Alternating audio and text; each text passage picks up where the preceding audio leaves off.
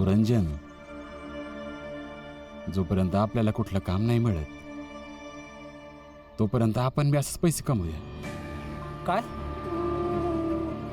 वय पुरंजन, तू फक्त लोकांनी सांग की माझ्या दोस्ताला काही लागत नाही. हा, रामजी असं कसं बोलतोस तू? स्वतःचं वय बघितलंस तू? वय नाही, जबाबदारी बघतोय. आणि जेव्हा लोक बघतील तेव्हा म्हणशील, बघा म्हातारा स्वतःला मारतोय. मग माझ्यावर अजून दया करतील, कदाचित आपल्याला जास्त पैसे मिळतील. नाही नाही रामजी, मी असं नाही करणार. पुरंजन, आता तरी हेच काम करावं लागेल. घरच्यांसाठी हे करावंच लागेल.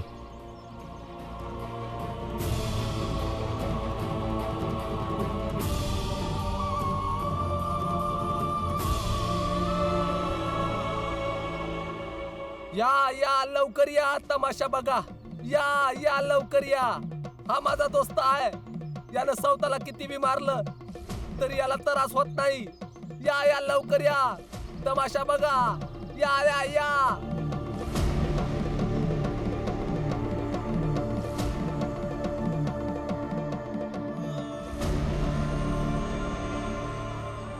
यासनी एकानं अजून दी याच्या महिन्याच्या खर्चाला.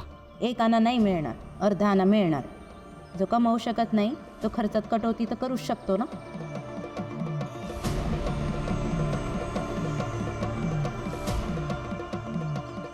तो मधो का बापले का नात भीमची चुकी कधी दिसतच नाही. फक्त त्या भीममुळे आपण सगळे रस्त्यावरती येणार आहोत. बाबा आणि दादा आहे ना तुम्ही या घरचे, तर बाहेर जाऊन कमवून आणा ना पैसे. घरात ठेवलेले पैसे देणार नाही मी. एकदा मंजुळाताईची चैन सोडवणे इतके पैसे कमवेन, मग नोकरी सोडून शिक्षण घेईन मी. तुला फक्त शिकायचं आहे. माफ करा बाबा, तुमची ही गोष्ट मी मान्य नाही करू शकत.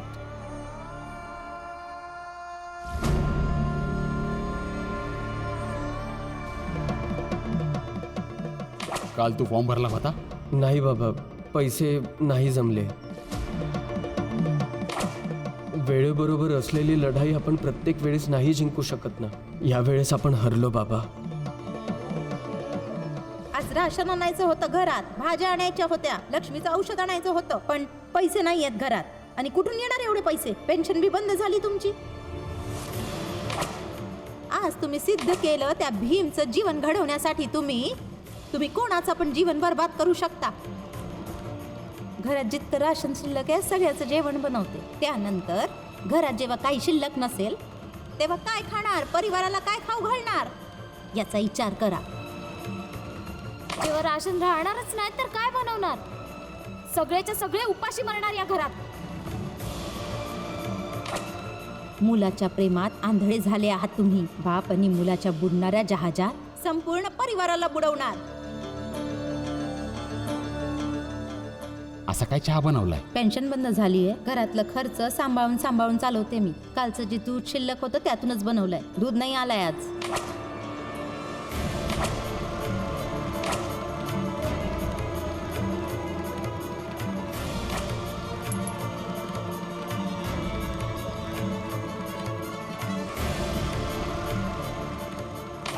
मी हे काम करणार.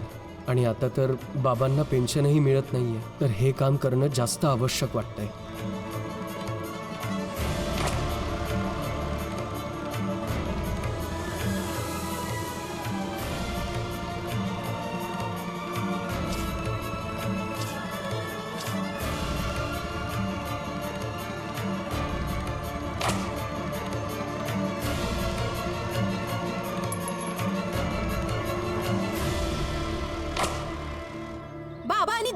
तुम्ही या घरचे, तर बाहेर जाऊन कमवून आणा ना पैसे. घरात ठेवलेले पैसे देणार नाही मी. राशन राहणारच नाही तर काय बनवणार? सगळेच्या सगळे उपाशी मरणार या घरात. आज तुम्ही सिद्ध केलं त्या भीमचं जीवन घडवण्यासाठी तुम्ही कोणाचं पण जीवन बर्बाद करू शकता. मुलाच्या प्रेमात आंधळे झाले आहात तुम्ही. बाप आणि मुलाच्या बुडणाऱ्या जहाजात संपूर्ण परिवाराला बुडवणार. घरात जितकं राशन शिल्लक आहे सगळ्याचं जेवण बनवते. त्यानंतर घरात जेव्हा काही शिल्लक नसेल तेव्हा काय खाणार? परिवाराला काय खाऊ घालणार? याचा विचार करा. हा माझा दोस्त आहे. त्याने स्वतःला किती बी मारलं तरी याला त्रास होत नाही. या या तमाशा बघा.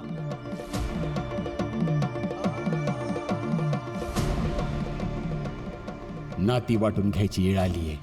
भीम, रमा, आजपासून या भागात तुम्ही राहायचं. आपली चूल वेगळी करायची.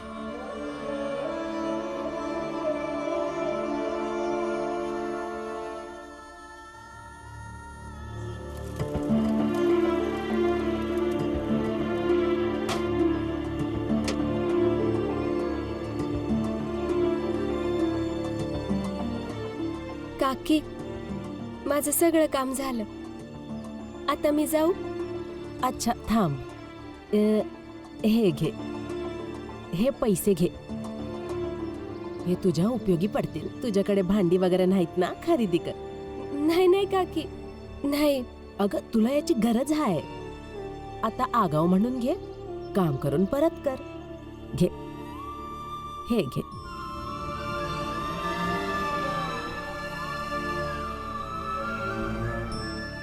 घे ना.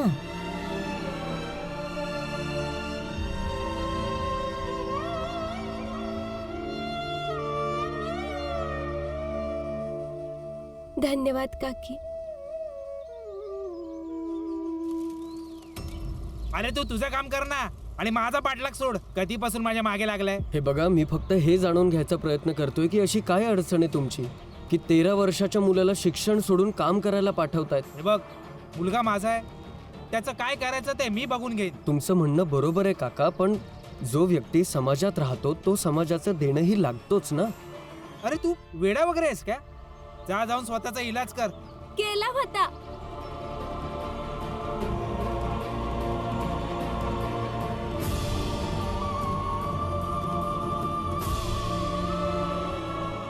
आणि डॉक्टरनी सांगितलं की जसं ह्यांचं डोकं आहे तसं अख्ख्या जगात कुणाचं बी नाही.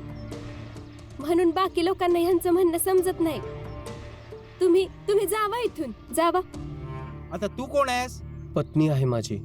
हा मग ठीक आहे, एक काम करा, तुमची पोरं होतील ना ती म्हातारा होईपर्यंत घरीच ठेवा, नका पाठव कामावर. पण आता माझी पाठ सोडा.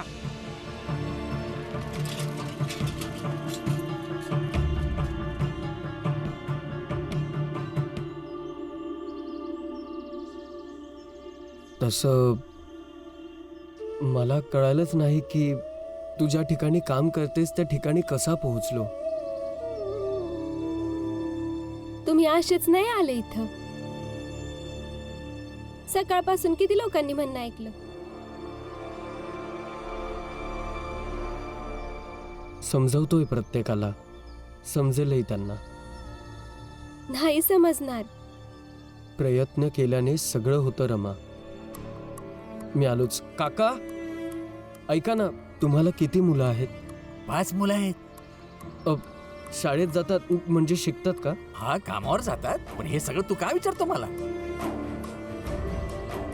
भीम, खूप छान काम करत आहेस. देव करो आणि तुला यश मिळो.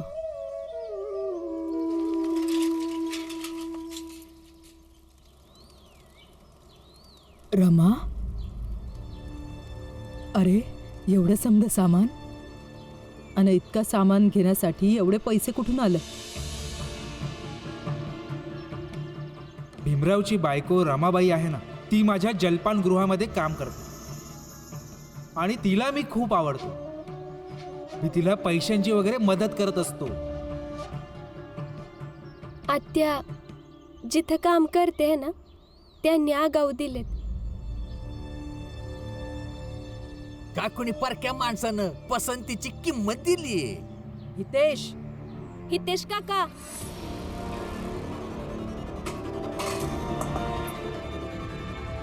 काय बी बडबडू नका. हा, वरडल्याने सत्य थोडीच बदलते. इथं इतकी लोक काम करतात, सांगू दे कोणी की आमच्यासारख्या छोट्या जातीला कोणी बी माणूस आगाऊ रक्कम देईल की एवढं समज सामान खरेदी करेल कोणी? खरं सांगता भाऊ, आणि कोणाला नाही ठाव की असले उपकार का केले जातात. नटवर गप्प बस तू. डोकं बिकं फिरलंय का तुझं? जे तोंडाला येतंय ते बोलतोयस. वय असं काय बी विचार न करता कुणावर आरोप करणं चुकीचं आहे. किती सोपं आहे ना. बाकी काही नाही सुचलं तर स्त्रीच्या चरित्र्यावर लांछन लावलं ना. मला तर अंदाज बी नव्हता की हिस्से झाल्यानंतर रमा या पातळीचं काम करल. जिजाबाई, रमा आपल्या घरची सून हाय. तू तर गप्प बस. आत्या, जर रमाला बघून ह्या समद्यांच्या मनात शंका येते, मग आमच्या मनात शंका तर येणारच ना.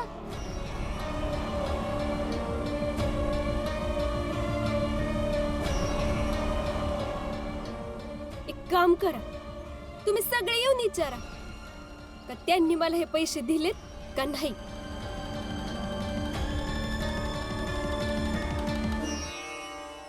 चला पुरावा बघायला. तिथेही मी असा तमाशा उभा करीन की लोकांना पटेल जे मला त्यांना पटवून द्यायचंय. हा चला विचारूया. हा? आजच्या कंगनाला आरसा कशाला, शिकलेल्याला पारशी कशाला. हा भाऊ चला मग. चला ना. काही गरज नाहीये.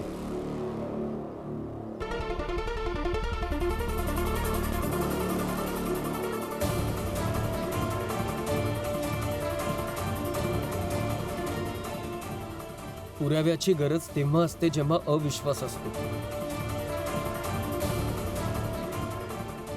रमा कुठेही जाणार नाही.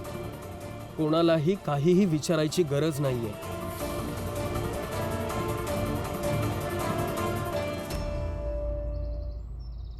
असं नवरा बायको मिळालेले आहेत. जर नवऱ्याच्याच मर्जीने सगळं काम होते तर काय विचारायचं आणि काय विचारायला जायचं. हितेश काका, तुम्ही आता लय बोलताय. मी तर नेहमीच जास्तीच बोलतो. आता चला ना, येऊन विचारा. रमा, या सगळ्यांना मिळून तुझी बदनामी करायची आहे. यांची प्रवृत्तीच बदनाम करण्याची आहे. त्यामुळे ह्यांची ही बडबड कधीच थांबणार नाहीये. यांना जे समजायचंय ते समजू देत. तू चल आतमध्ये. नाही, एकदा विचारूच दे ह्यांना. चला तुम्ही सगळे. मी म्हणालो ना, काही गरज नाहीये. भीम, तुला काय अडचण आहे? हैं? अरे एकदा हिला साबित करू दे ना. अडचण आहे. अडचण आहे हितेश काका.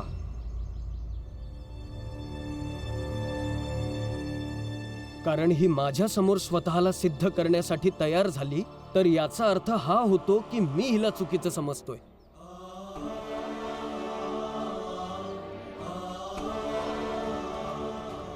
पण हा भीमराव आपल्या पत्नीला तसूभरही चुकीचं समजत नाही. मग वाटल्यास पूर्ण जगाने हिला चुकीचं ठरवलं तरी चालेल.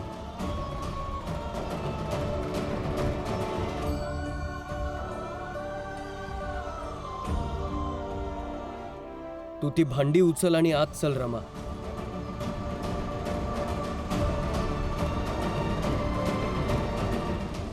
चल.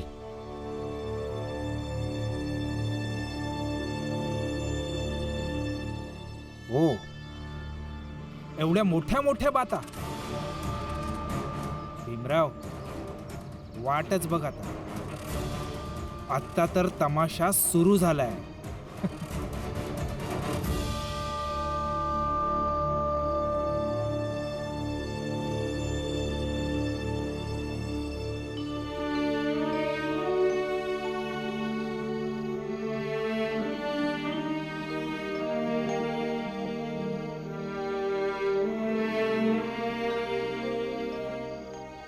ऐक,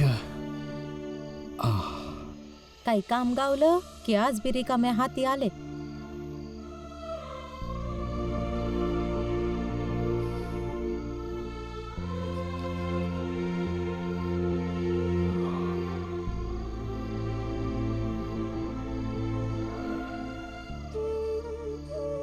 हे आजची कामाई.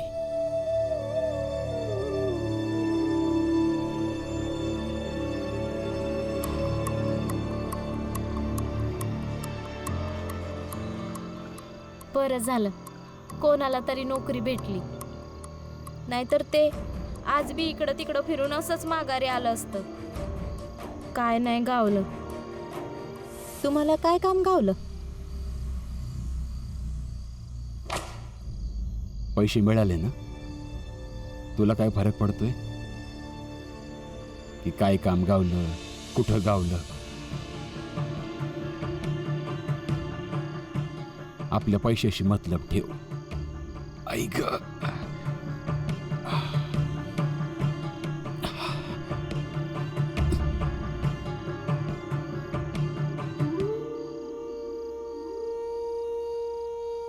असं का वाटतंय की बाबा काहीतरी लपवतायत आपल्या? आई, बाबा असं कसं बोलू शकतात? लक्ष्मी, ते पती आहेत, पैसे कमवून आणले आहेत. कसं आणलं त्यासनीच ठाव. मी पत्नी आहे. जेवण बनवणं आणि वाढणं माझं काम आहे. मी ते करीन. चल जेवण बनव.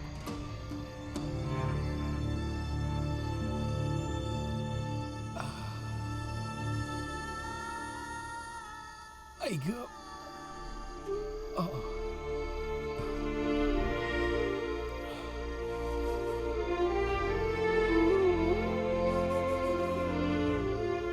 तू पण ना रामजी करतोस तेच जे तुला योग्य वाटतं.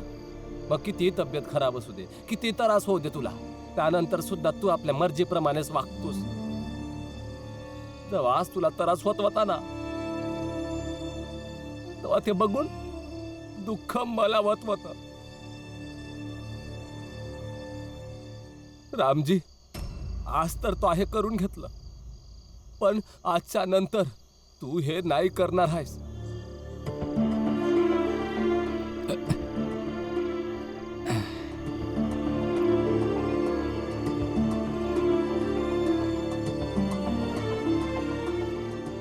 हे बघ पुरंजन, ज्यासनी बघून आपण हे काम केलं ते बी तर हेच काम रोज करतात. रोज घायाळ होत असतील आणि रोज ठीक होत असतील. ते हळूहळू आपल्याला बी सवय लागेल. नाही, करावी लागल. आणि जेव्हा कमावण्याचे समधे रस्ते बंद होतील तेव्हा कमीत कमी हा रस्ता तर राहील ना. आपलं शरीर, आपली क्षमता, आपला त्रास हे तर आपल्या हातात आहे. बाबा,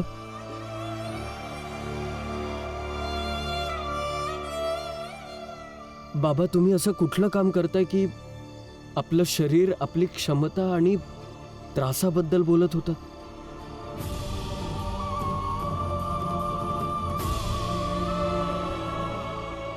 सांगा ना बाबा, असं का बघताय माझ्याकडे? बघतोय की एका शेजाऱ्यासनी दुसऱ्या शेजाऱ्याची एवढी काळजी नाही केली पाहिजे. असं का बोलताय बाबा तुम्ही? बाप लेक आहोत आपण दोघं. हे असे अचानक शेजारी कधी झालो? एकदा का हिश्श्याची रेष वडली गेली की शेजारीच असतो ना. आणि मला नाही वाटत की कोणत्या शेजाऱ्यासनी हे सांगायला पाहिजे की मी कुठलं काम करतोय, कुठं जातोय.